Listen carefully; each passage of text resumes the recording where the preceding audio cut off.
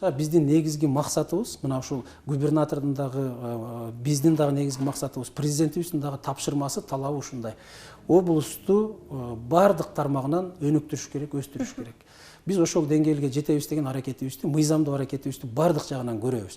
Албетте келип баягы жеп ичкичтердин жолун тороп, алардын алып аткан акчасын токтотуп аткан адам эч кимге жакпайт да. Бардыгы баягы жаман көрөт, ар кандай сөздөрдү чыгарат, башка кылат, бирок биз ага тиги майтарылып же болбосо алардан коркуп калбайбыз. Кудай буйруса. Жекенде айыл өкмөтү иштебейт, өкмөттүн казынасынан жылын алат, автоунаасын сатып алып күнүгө 45 километр келип кетет, ошондо 90 километр болуп калат экен. Айыл өкмөттүн автоунаасына күндө кеминде 670-700 сом чыгымы бар. Данияр мырза, кайдыгер карабай келип кетиңизчи, өтүнөбүз дейт. Барабыз, бул маселе дагы эске алынат. Мындай боюнча айыл өкмөттөрдүн жумушка келбей коюусу боюнча көп кайрылуулар бар, көп арыздануулар бар.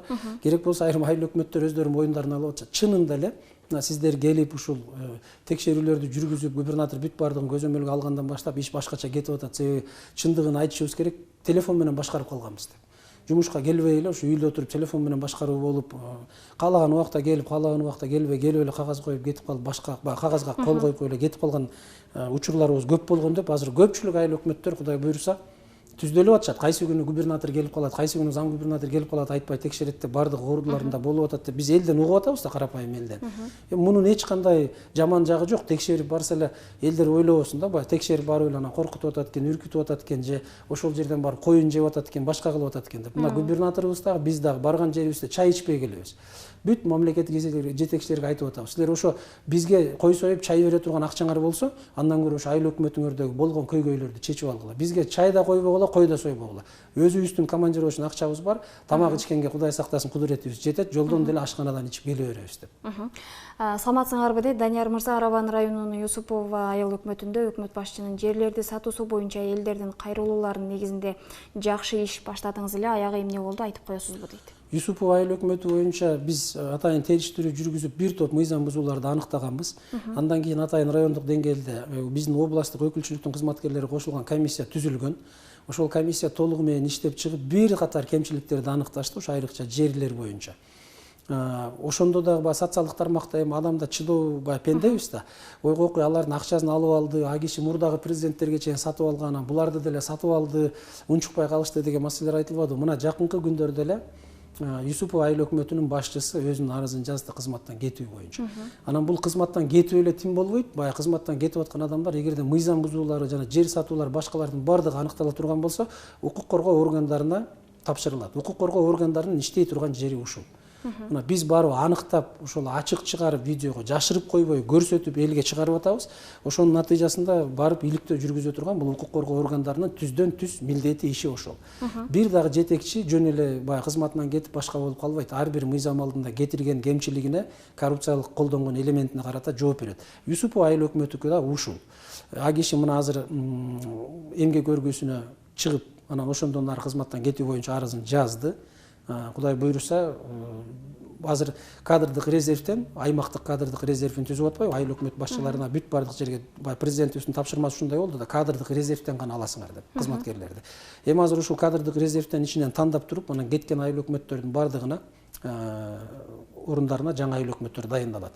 Ушундай эле окуя Төлө Өйкөн айыл өкмөтүндө да. Төлө Өйкөн айыл өкмөтү боюнча дагы көп мыйзам бузуулардын бардыгы аныкталган. Анын айыл өкмөтү дагы өзүнүн арызын жазып 1 февралдан баштап мына кызматынан бошотулуп атат.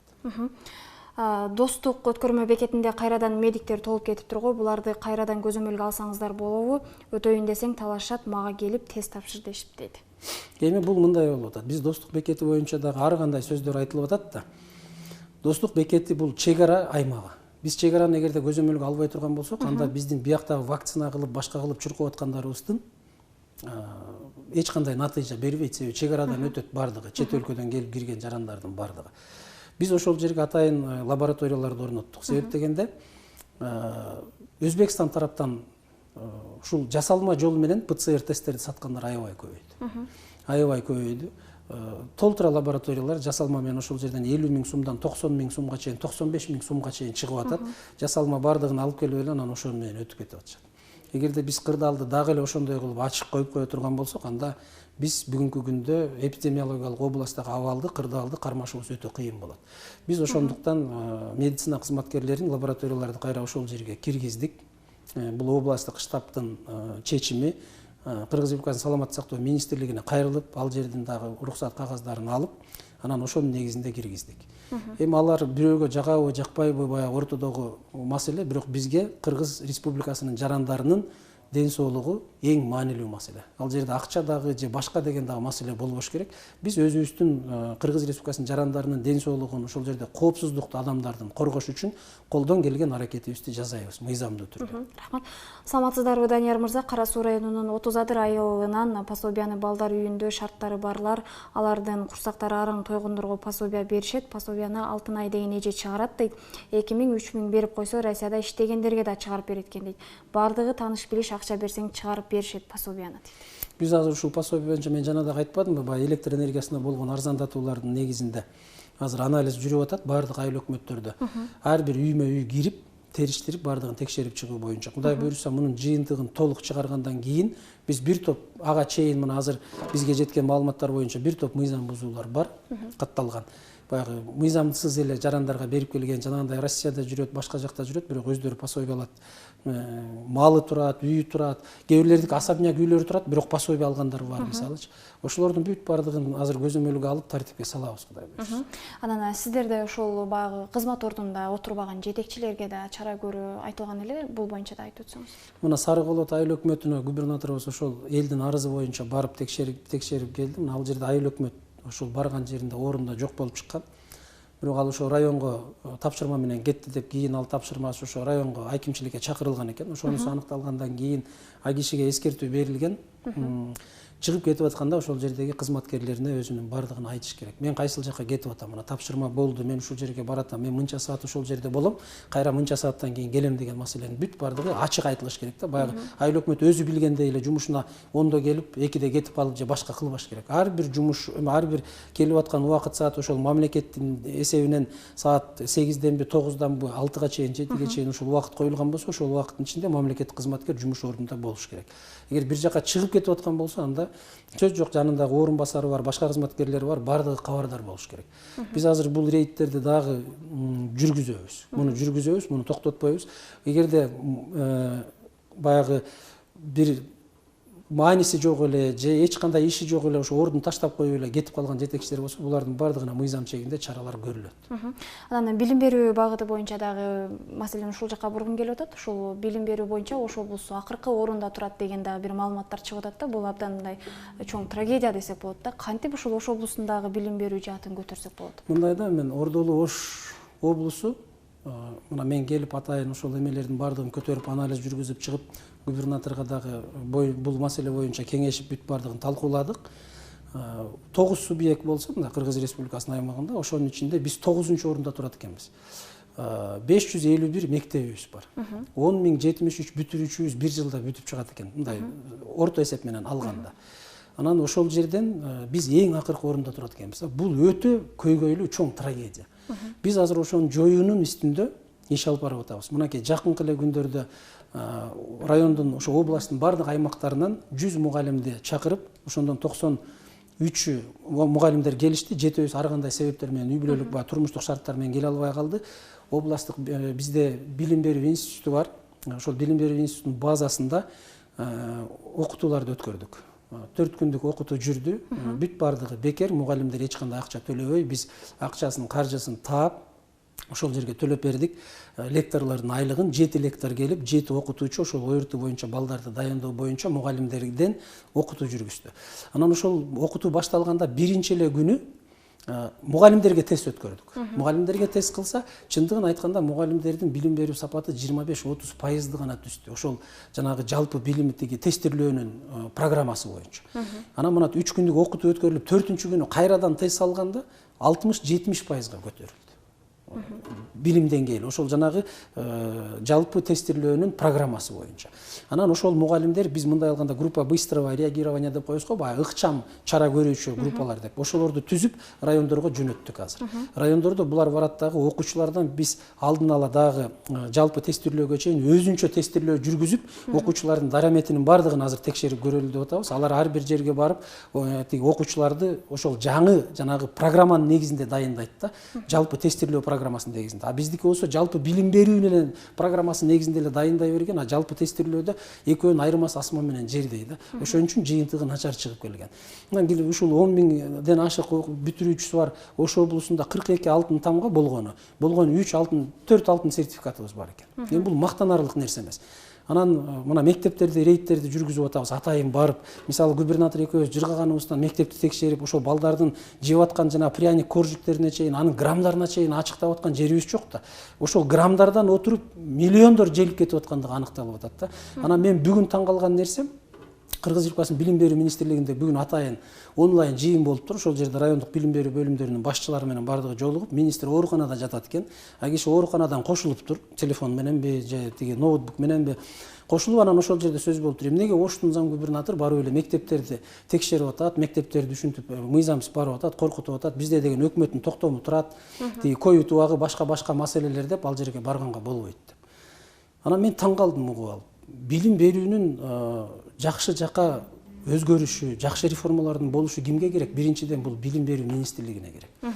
А биз ошол жерде тиги жыргаганыбыздан жыргаганыман жылкычы болуп турму дегенде барып биз жыргаганыбыздан барып аларды таразага тартып, башка кылып, мугалимдерди жанагынтип чогултуп барып текшерип, мына акыркы жолу Нокат районунда мектепке бардык, мугалимдер ошо арызданганы боюнча. Арызда жазылган далилдердин 90% далилденди.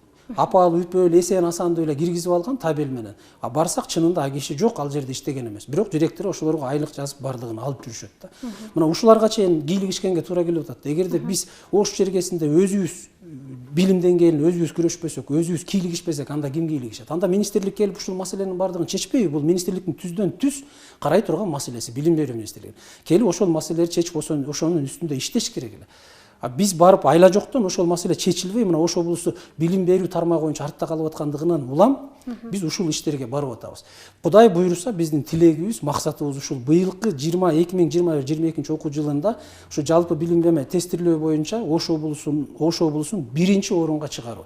Биз мунун үстүндө мыйзамдуу түрдө күрөшкөн. Ал министрликке жагабы, жакпайбы, зам губернатордун текшерүүсү тиги министрге жагабы, жакпайбы, биз ал жагына карабайбыз. Биз министрликке жагыш үчүн же жакпаш үчүн текшербейбиз, жакпаш үчүн иштебейбиз. Биз Ош облусундагы ар бир тармак, бул билим берүү, саламаттыкты сактоо, маданият тармагы болобу, биз Ош облусундагы ошол тармактардын оңолушу үчүн күрөшкөн. Текшерген. Биз алдыга чыгышыбыз керек. Бизде толук мүмкүнчүлүк бар.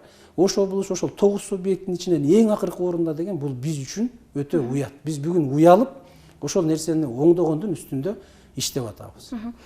Рахмат, Данияр мырза, бизге бөлүнгөн убакыт дагы соңуна чыгып баратат. Андыктан жалпы ушул алдыдагы пландарыңыз менен кыскача бөлүшүп, жалпы ушул өкүлчүлүктү анан элге кайрылуу жасап кетсеңиз болот.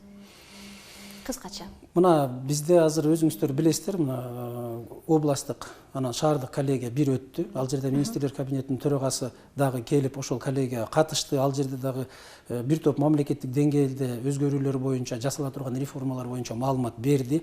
Ошонун негизинде бизге бир топ тапшырмалар коюлду. Биз азыр ошол тапшырмалардын үстүндө иштеп атабыз.